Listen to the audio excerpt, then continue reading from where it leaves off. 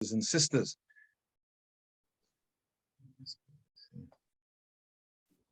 It's certainly a privilege and a pleasure to be with you in Pinetown, even though I can only see Brother Barry's lovely face. I trust that you are all well. Certainly as a speaker, there's nothing more encouraging than to see my brothers and sisters. I know everybody's circumstances are different, but certainly I just want you to please bear that in mind. I've traveled all the way from the UK and all I can see is people's names. So anyway, oh, Brother Alistair, Brother David, lovely. Of course, Brother Graham. As I said, it's just so nice. You know, as a speaker, when you see people's faces, you can, I just find that so encouraging. But as I said, I know everybody's circumstances are different, but it's lovely to be here. It's a wonderful privilege and a real pleasure.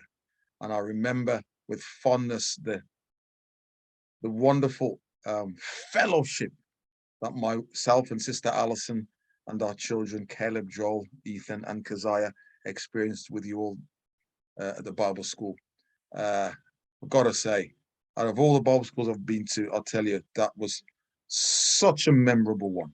So encouraging. Thank you so much for allowing me to speak to you. I got to say, brothers and sisters, this is one of my favorite subjects because it really elevates in my mind the wonderful work and the tenacity and the faith and the love that these women had for the Master. When the brethren had run away, fled, it's the women, the faithful sisters, who were there by the cross. And of course, John is there also. And when Mary, the mother of Jesus, sees all that her son was going through, he has the presence of mind to have her needs in mind. Woman, behold thy son. And we're told from that day, John took the mother of Jesus home. But for a few moments this evening, brothers and sisters, I want us to really consider carefully the work of these incredible sisters. And as we set the scene in looking at the four gospel accounts as to what these women did, we will gain great exhortation for ourselves. Look then, please, at the reading that we had, and I want to go a little higher up in the chapter, Matthew chapter 27. And we're going in at verse 55. 54 for connection. Remember the words of the centurion, truly this was the Son of God. Now, in these verses, there are those who are so observant. There is a wonderful skill that many of our sisters have because they pay attention to detail. And they mark carefully the behavior of others. And they have this wonderful God-given blessing of being able to pay close attention to detail, and further still, to be able to recognize the needs of others. Well, when many of us are brethren, these things perhaps just go over our heads. It is that God-given care, being able to pay close attention to detail, to be observant, to see the need, to see what is necessary. And there are many mothers in Israel, brothers and sisters, who have been a succor to those in need in their perception, in seeing that need. In verse 54, the centurion is observant. Truly, this was the Son of God. But notice carefully how these wonderful sisters take it to a different plane. And many women were there beholding afar off, looking at the situation, taking the scene in, and the depth of sorrow and agony and stress and strain to see what the Lord Jesus Christ was going through and how it would have touched them so deeply, let alone the mother of the Lord, Mary herself. You will recall the words of Simeon. And behold, a sword shall pierce thine own soul also. And that sword, which was to pierce her own heart also, is traceable throughout the Gospels. Perhaps it started when Jesus was 12 years old, presumed lost. And it would continue. In Mark's Gospel, you will remember, they looked upon Jesus as being mad. Thou art beside thyself. And there are a number of verses to show that Jesus' own family were against him in those early formative times of his preaching. And many women were there beholding afar off. That perception, that seeing, assessing the situation, seeing the need, and watching. Now, here's the question, brothers and sisters. This is a rhetorical question. Why were they watching? Was it simply a watching like everybody else? That they could not turn their gaze away from all that had become of their Lord. What the Gospels paint is a watching which develops into a purpose. And many women were there beholding afar off, which followed Jesus from Galilee, ministering unto him.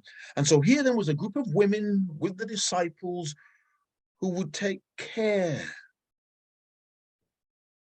and to see the need. And notice how these verses are rather like an index as to what these incredible sisters were like. They were observant to watch and to see the needs. And so often in our ecclesias as brothers and sisters, if we have visitors come from afar, it is normally the sisters who sees perhaps that practical need. Come back for supper, come back for Sunday lunch, opening our homes. In the New Testament, illustrates the fact that the arranging brethren must be a giver of hospitality. And so there is a wonderful team in those homes, and we experience that firsthand in the home of Brother and Sister Gomez, Sister Samanga. The Laws, of course, Hagen and his family, and the list goes on. And so it was their remit to follow the Lord, to minister unto him, those practical things, because they were used to paying attention to detail, and they could see the need ever before the need arose. And that need brings them to the foot of the cross, among which was Mary Magdalene and Mary, the mother of James and Joseph, and the mother of Zebedee's children. When the even was come, there came a rich man of Arimathea named Joseph. And we know, of course, in John's gospel, John is the only gospel record you will know that reminds us that Joseph was not alone at the foot of the cross. There was, of course, Nicodemus, a ruler of the Jews. Nike Demas, victory of the people. He went to Pilate and begged the body of Jesus. Then Pilate commanded the body to be delivered. And all that activity, when Joseph and Nicodemus reached up to bring down the body of the Lord. And when Joseph had taken the body, he wrapped it in a clean linen cloth. Now, we won't go there, but John adds the important extra bits in terms of the spices in wrapping the body of the Lord. Wrapped it in a clean linen cloth. Of the spices, John tells us. Costly were they. And laid it in his own new tomb, which he had hewn out of the rock, and he rolled a great stone to the door of the sepulchre and departed. Now, notice carefully, brothers and sisters, because we know as Bible students, we must pay close attention to detail, because nothing is wasted. And good Bible study, in its simplest form, is to simply read with care. And there was Mary Magdalene and the other Mary sitting over against the sepulchre. A modern version says, sitting opposite the sepulchre. Now, did you notice those two bookends? Verse 61, and then again in verse 55. Those two bookends involve the fact that the women were beholding, watching, looking on. Verse 55, beholding afar off. And then in verse 61, Mary Magdalene and Mary, the other Mary, sitting over against the sepulchre, opposite the sepulchre. Now, why this detail? Is it just circumstantial evidence, details, or is there something more here? Well, quite naturally, they would have wanted to have been there. They spent that 3.5-year period in the Lord's ministry being there in practical ways. But is there something else here? The verses are at pains to point out the fact that they're sitting opposite the sepulchre. beholding afar off, watching. Well, we're going to pigeonhole those thoughts in our minds, please, and come across to Matthew chapter 28. There is a new beginning, the resurrection. Matthew 28, and we're going in at verse 1. In the end of the Sabbath, as it began to dawn toward the first day of the week, came Mary Magdalene and the other Mary to see the sepulchre. Now, I want us to keep this in mind, brothers and sisters. If you pardon the expression, but if you stick around in the things of the Lord, if we are just doing what we ought to do, see what we can experience and see what we don't miss out on. In the end of the Sabbath, as it began to dawn toward the first day of the week, came Mary Magdalene and the other Mary to see the sepulchre. And behold, there was a great earthquake, for the angel of the Lord descended from heaven and came and rolled back the stone from the door and sat upon it.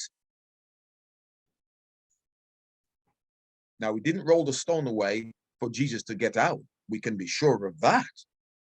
Other verses tell us that Jesus appeared, the doors being shut, the verse says. So it wasn't the fact that he opened the sepulchre to let the Lord out. Certainly not. But certainly notice here how the angel moves the stone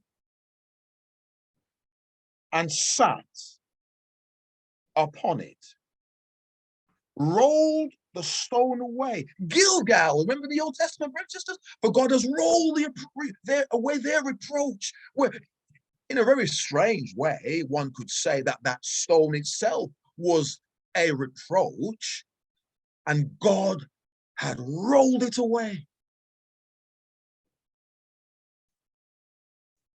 The angel of the Lord descended from the heaven and came and rolled back the stone from the door and sat upon it. Why did he sit? Well, we sit for different reasons, don't we? We're tired.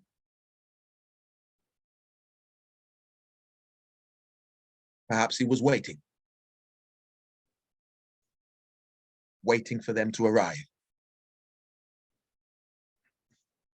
Knowing of their faith,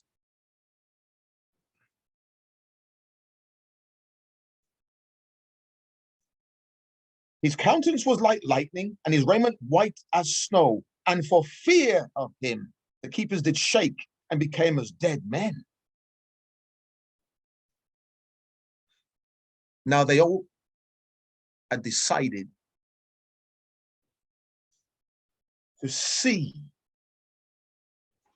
the sepulchre. Go and see. To perhaps bring some closure, to bring peace of mind. Was that it? Mark's gospel gives us a little extra. Mark chapter 15. And we're going in at verse 46.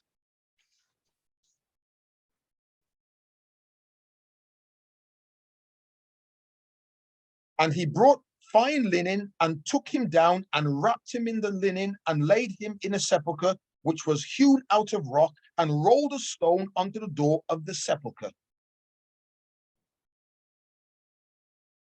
Verse 40. There were also women looking on afar off, among whom was Mary Magdalene and Mary the mother of James, the less of Joseph and Salome. Verse 46, and he brought fine linen, which was hewn out of a rock, and rolled a stone onto the door of the sepulchre. And Mary Magdalene and Mary his mother of Joseph beheld where he was laid.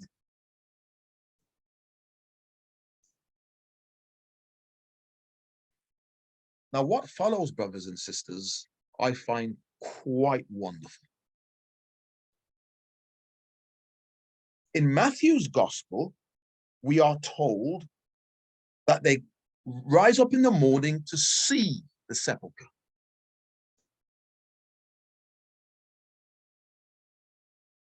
In verse 40, the women looking on afar off. Verse 1 of chapter 16, no chapter divisions, we know that.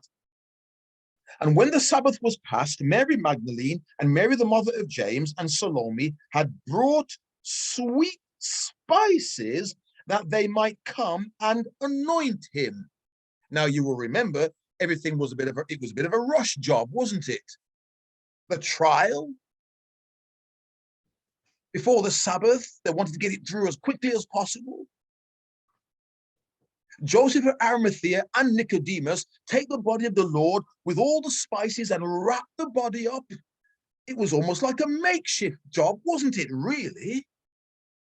Well, we know that because of verse 1, and when the Sabbath was past, Mary Magdalene and Mary the mother of James and Salome had brought sweet spices that they might come and anoint him. Perhaps they thought for a while, well, actually, in our observations, we can do better than that. Not just wrapping the body up of the Lord in all the spice. There was something needful. There was something that needed to be done properly. Did they think it was rather inadequate? And in their hearts, brothers and sisters, they knew what they had to do. Oh, but there is something I would like to draw your attention to. They get up before the sun rises. A sleepless night had they, but they have a plan. They don't know how they're going to carry this plan through. They have no idea if they will be able to implement this plan, but all they know is that they must bring in their hands what is necessary. And let that be a point of exhortation for ourselves, brothers and sisters. We don't know sometimes which way to turn because the obstacles are great, but what we must bring in our hands is faith and prayer, and be ready that God will open the way in all our plans for him. And very early in the morning, the first day of the week, they came unto the sepulchre at the rising of the sun. Now, have you ever really considered this verse, brothers and sisters, in verse 3? And they said among themselves, who shall roll us away the stone from the door of the sepulchre? Now they were observant. They saw all things. They knew that the stone was very great. And if you forget that, and if you think I'm stretching the point, verse 4, and when they looked, they saw that the stone was rolled away, for it was very great. Now think of it, brothers and sisters. They had no idea that the stone was rolled away. They knew that there was a watch set. They knew there were guards there, and all they knew and all they wanted to do was to bring in their hand the spices to give the Lord a decent burial.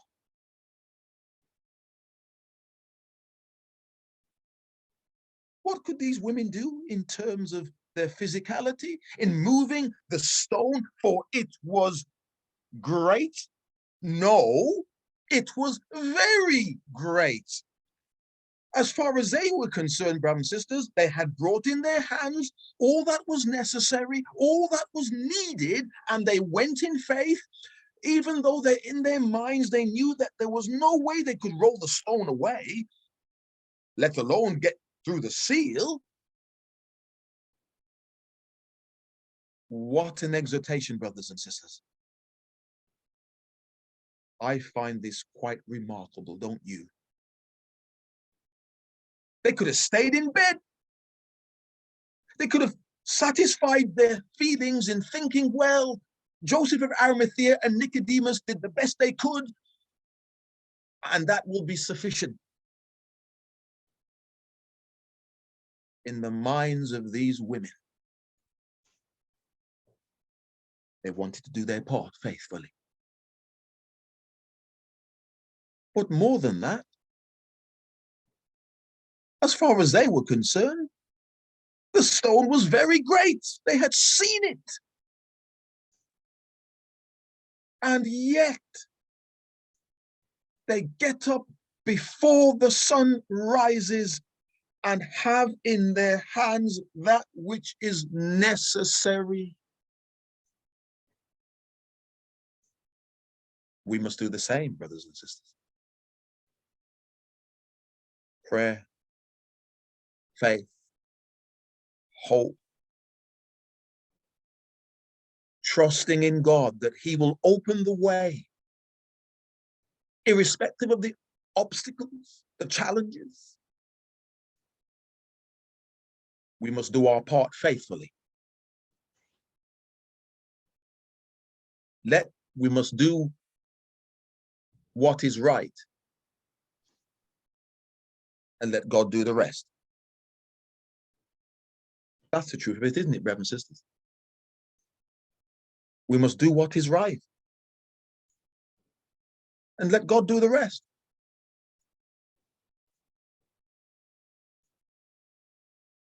And very early in the morning, the first day of the week, they came onto the sepulchre at the rising of the sun. A new beginning, we read with care, a new order of things. And they said among themselves, who shall roll us away the stone from the door of the sepulchre? Didn't they have this conversation before they got up?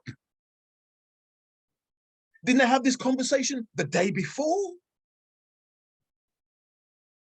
And when they looked, they saw that the stone was rolled away, for it was very great. And entering into the sepulchre, they see a young man sitting on the right side, clothed in a long white garment. Did you notice that? Matthew says he's sitting on the stone. Mark says he's sitting inside. A young man. Brothers and sisters, I've got a question for you. You know what? I love asking these questions. How old do you think this young man was? 1 million? 2 million? 5 million? How old was this young man? It's a picture of a new beginning, a new creation, the dawning of a new age.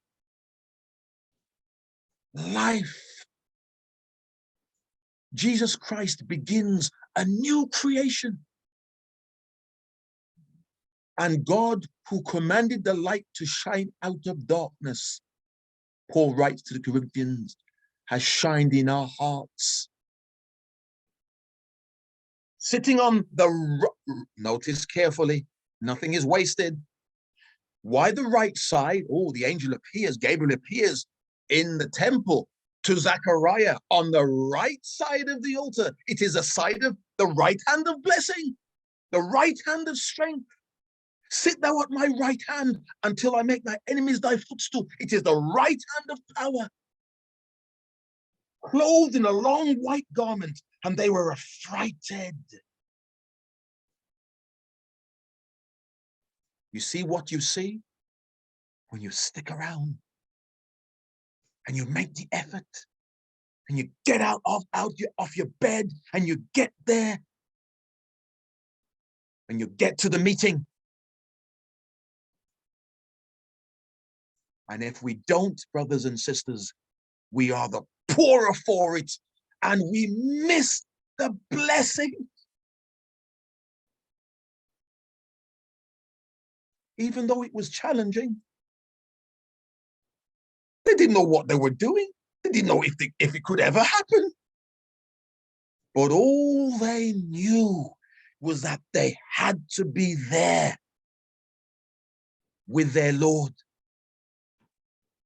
And how dare we, brothers and sisters, how dare we tread those courts lightly in not attending the meeting? What an exhortation, brothers and sisters. What a supreme example of these faithful women getting there. And because they got there, they received the blessing of seeing the angel. Oh, let's look, brothers and sisters, please, now at the other account. Let's look at the Gospel of Luke.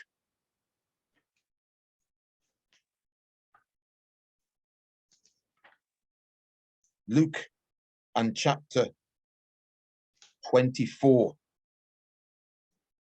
Now, upon the first day of the week, very early in the morning, they came unto the sepulchre, bringing the spices which they had prepared. Oh, prepared. We've never come across that word before, which they had prepared. It was preconceived. It was a plan. It was premeditated. And certain others with them. And they found the stone rolled away from the sepulchre, and they entered in and found not the body of the Lord Jesus. And it came to pass, as they were much perplexed, that there were about, behold, 2 men stood by them in shining garments. You see what you see when you make the effort, brothers and sisters. You see what you experience when you stick around in the things of the Lord. Come across, please, brothers and sisters, to the Gospel of John and chapter 20, where there is extra added here. John chapter 20, verse 1. The first day of the week came Mary Magdalene early, when it was yet dark, unto the sepulchre, and seeth. It was a shock, a surprise. And seeth the stone taken away from the sepulchre. Then she runneth and cometh to Simon Peter. Now you see how John pads out this wonderful picture. And to the other disciple whom Jesus loved, and saith unto them, they have taken away the Lord out of the sepulchre, and we know not where they have laid him. It focuses on Mary, notice. Peter therefore went forth, and that other disciple, presumably John, I think, and came to the sepulchre. So they ran both together, and the other disciples did outrun Peter and came first to the sepulchre. And he, stooping down, John, and looking in, saw the linen clothes lying, yet went he not in. Then cometh Simon Peter, following him, and went into the sepulchre, and he seeth the linen clothes lie, and the napkin that was about his head, not lying with the linen clothes, but wrapped together in a place by itself. Now look at this, brothers and sisters. Then went in also that other disciple, which came first to the sepulchre, and he saw and believed. Why was that? Well, it seems to me, brothers and sisters, and this is maybe a thought that you might have heard before, that the way in which the linen material had been left showed that the resurrected Lord was divine. The idea is that it was not unraveled at all.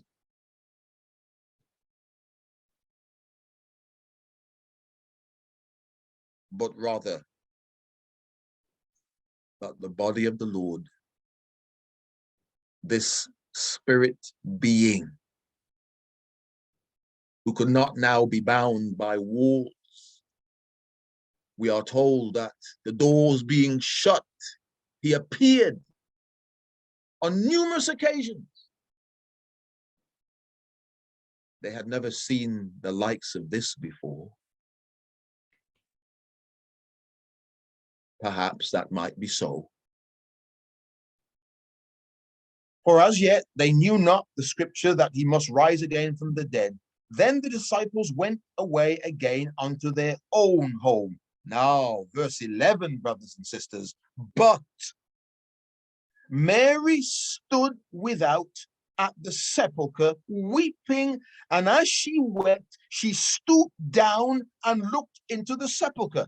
Now the other disciple, verse 5, stooped down and looking in saw the linen clothes. Then Peter and John leave, and leaving Mary there, she takes a second look and seeth two angels in white sitting. Now, spare a thought, brothers and sisters, for Peter, James, and John, right?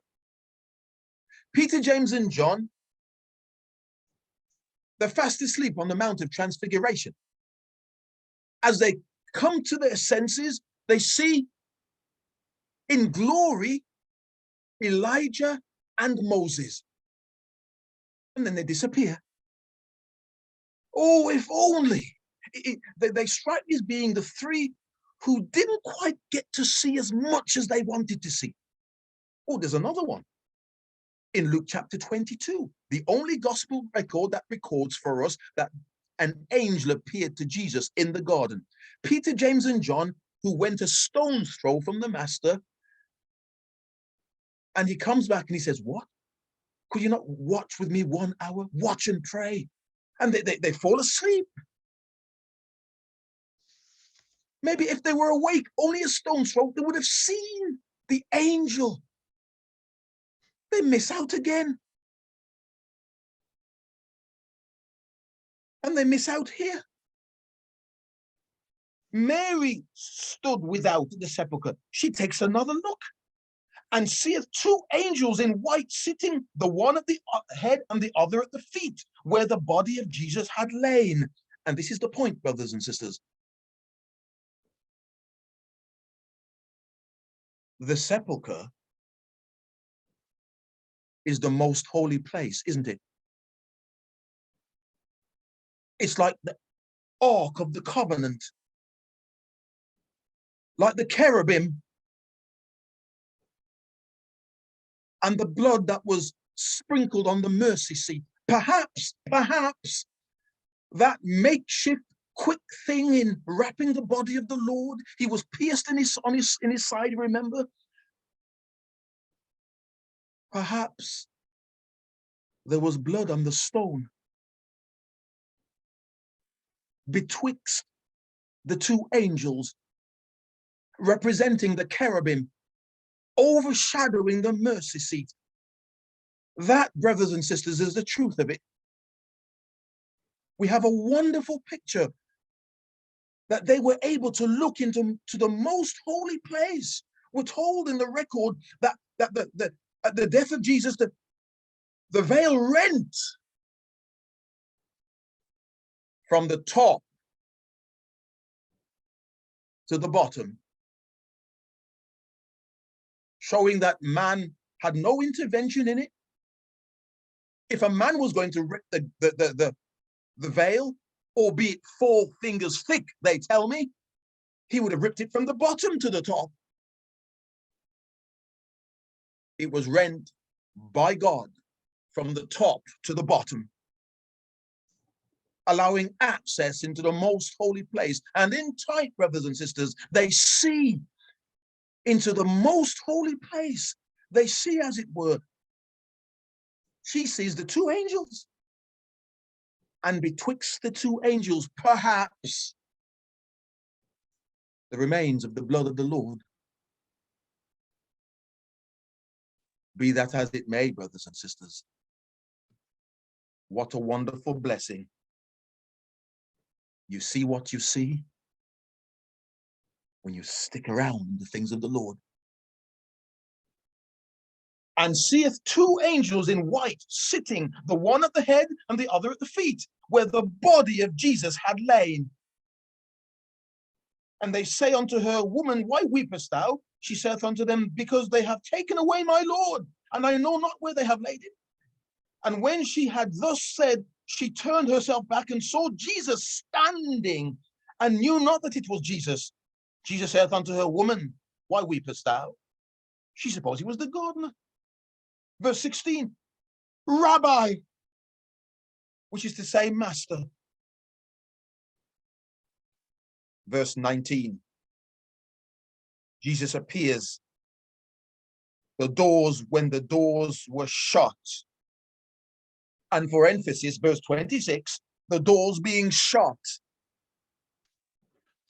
Could it be, brothers and sisters, upon that resurrection morning, when the Lord in his wonder came away from that which was folded and wrapped, came away from it, leaving? That's why the disciples said he saw and believed. Perhaps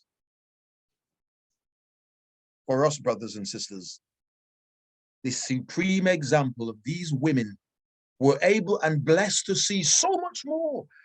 You can just imagine the conversation later when Mary finally met Peter and John.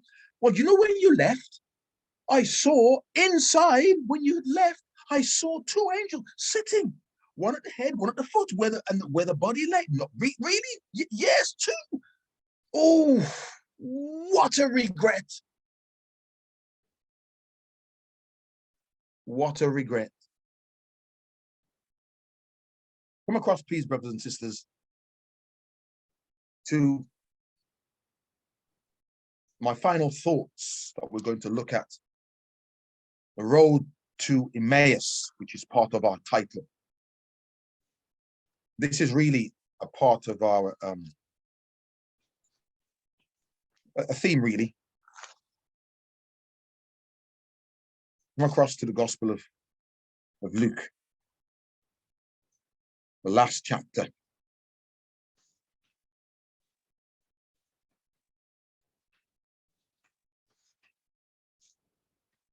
Luke chapter 24.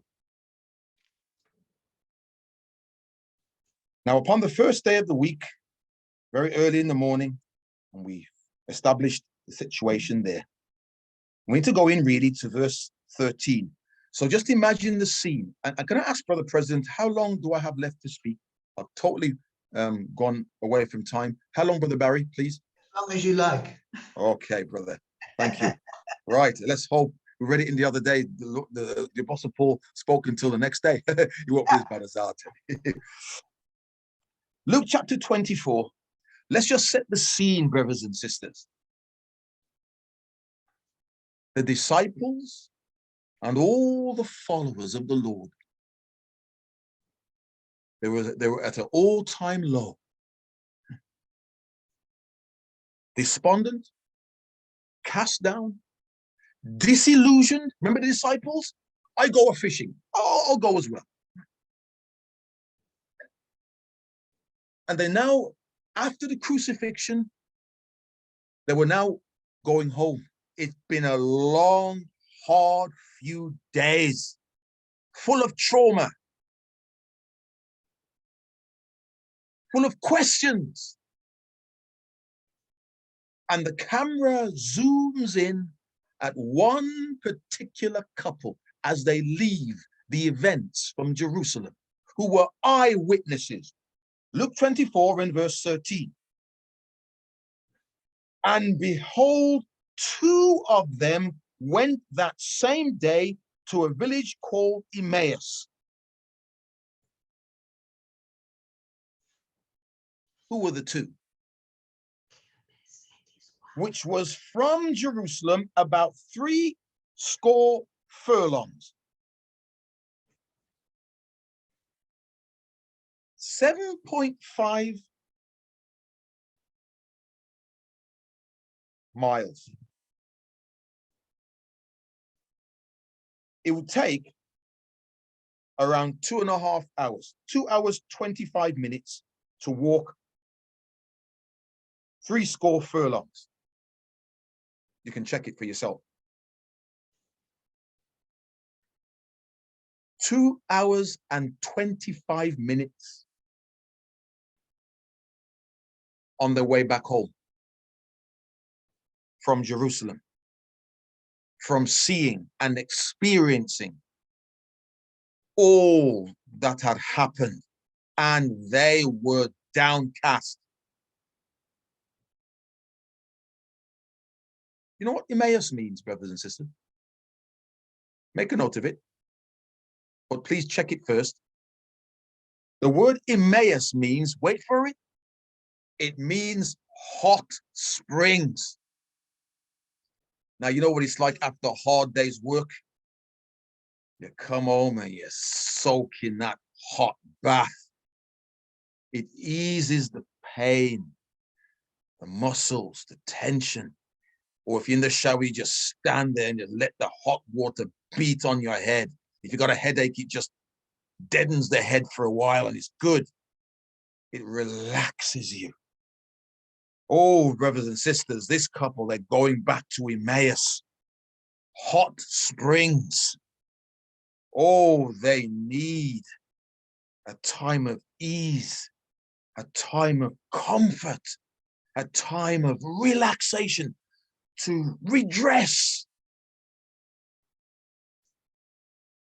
which was from Jerusalem. And they walked for 2.5 hours. And they walked together of all these things, and they talked together of all these things which had happened.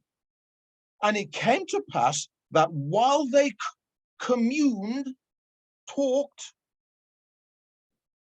together and reasoned, it means to seek, to examine. So they communed and they examined, and you can hear them, this, whoever they were, talking about the scriptures, about what they understood. And they're struggling to piece the full picture together, because the Messiah was dead.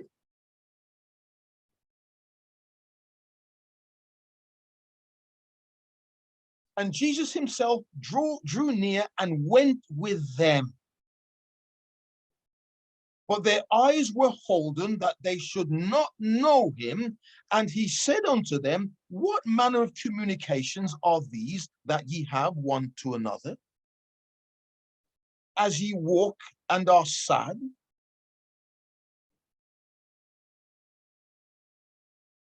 And the one of them, whose name was Cleopas, oh, that's the clue, Cleopas. One of them is called Cleopas. Who is the other? Keep a marker in Luke chapter 24 and go across to John, please, the Gospel of John, and chapter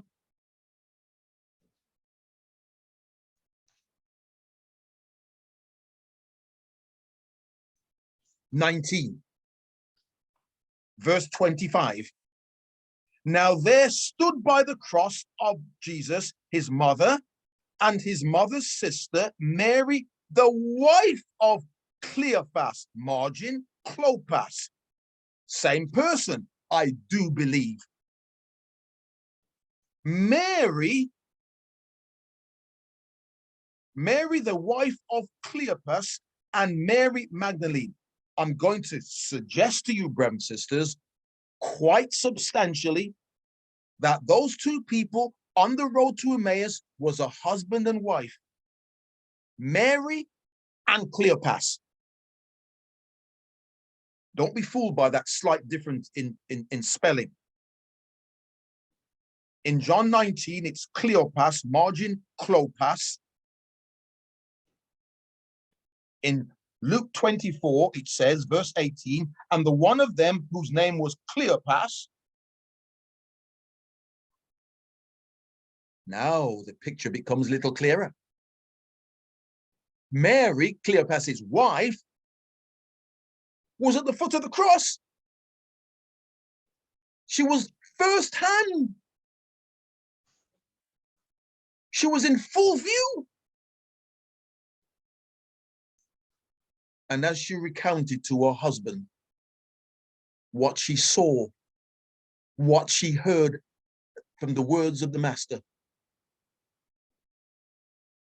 it would again be forever upon her mind, and it could never be erased.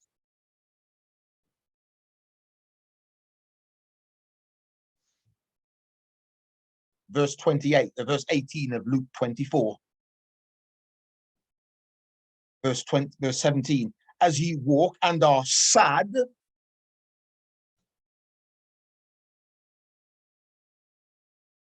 the word there is sozatek. And the one of them whose name was Cleopas, answering, said unto him, it almost sounds like a gentle rebuke, doesn't it? What?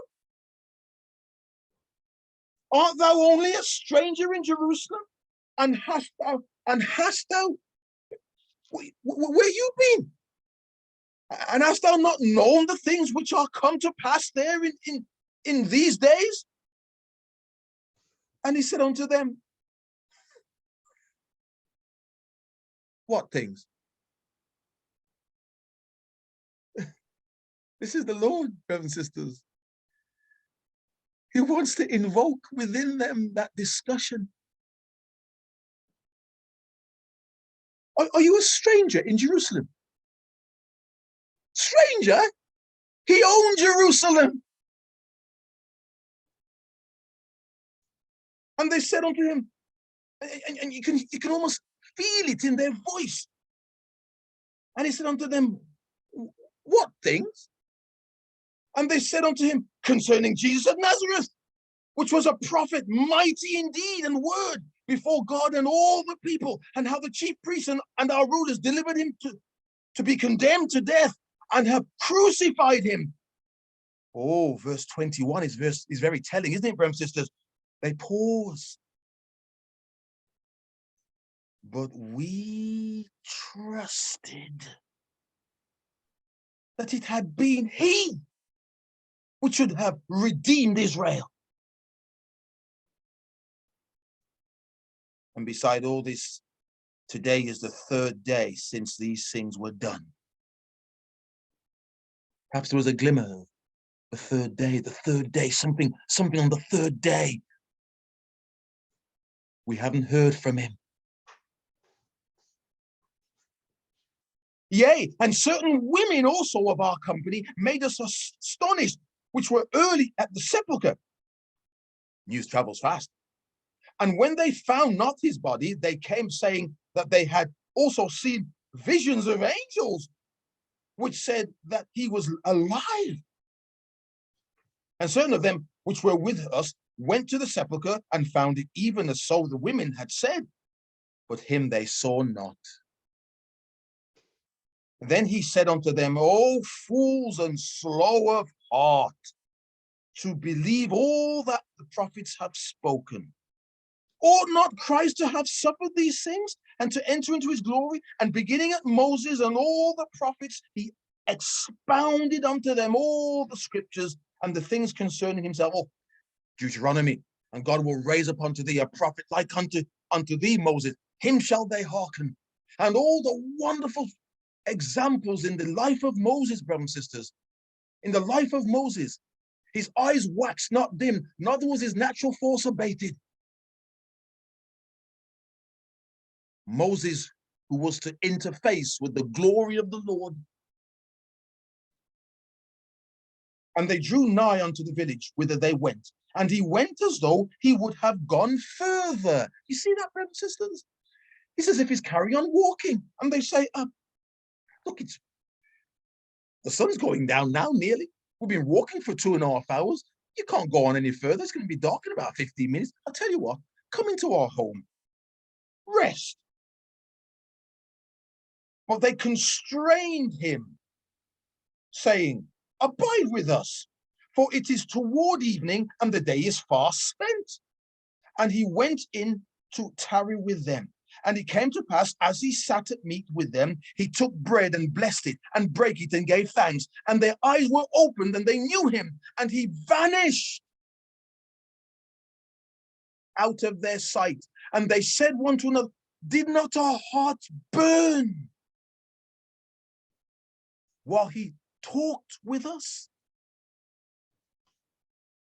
And when he opened the scriptures, brothers and sisters, they had gone home to Emmaus, perhaps wherever possible, to get a hot, soothing bath from the hot springs local to that environment.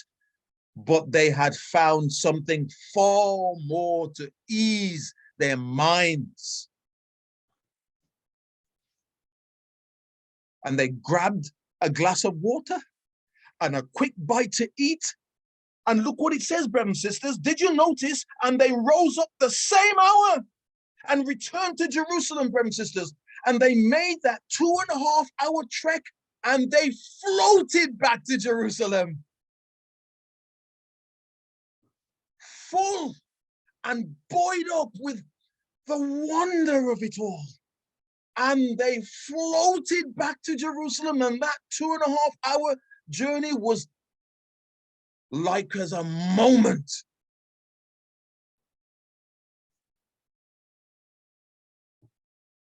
You see what you see when you stick around. You see what you experience when you put in your hand what is necessary. Even though the obstacles are great, even though that proverbial stone, brothers and sisters, whatever it is, failing of health, what might become of the children, what might become of the grandchildren, what might become of the environment in which you work or in which you live, that proverbial stone, who will roll it away?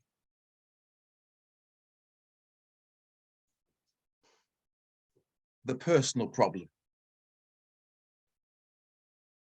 All you must do, brother, all you must do, sister, is bring, as it were, in your hands those spices to get to the Lord, to be with him in all his challenges, in his death, and in his glorious resurrection, that we might see through the veil and to see a picture of the mercy seat in all its glory, and to see the all-sufficient sacrifice for sin. And that in the fullness of the dispensation of time, he will gather all his children. And we will see those faithful women again. Let it be, brothers and sisters, that we are exhorted by their wonderful example of faith in paying attention to detail and seeing the needs of our brothers and sisters. Amen.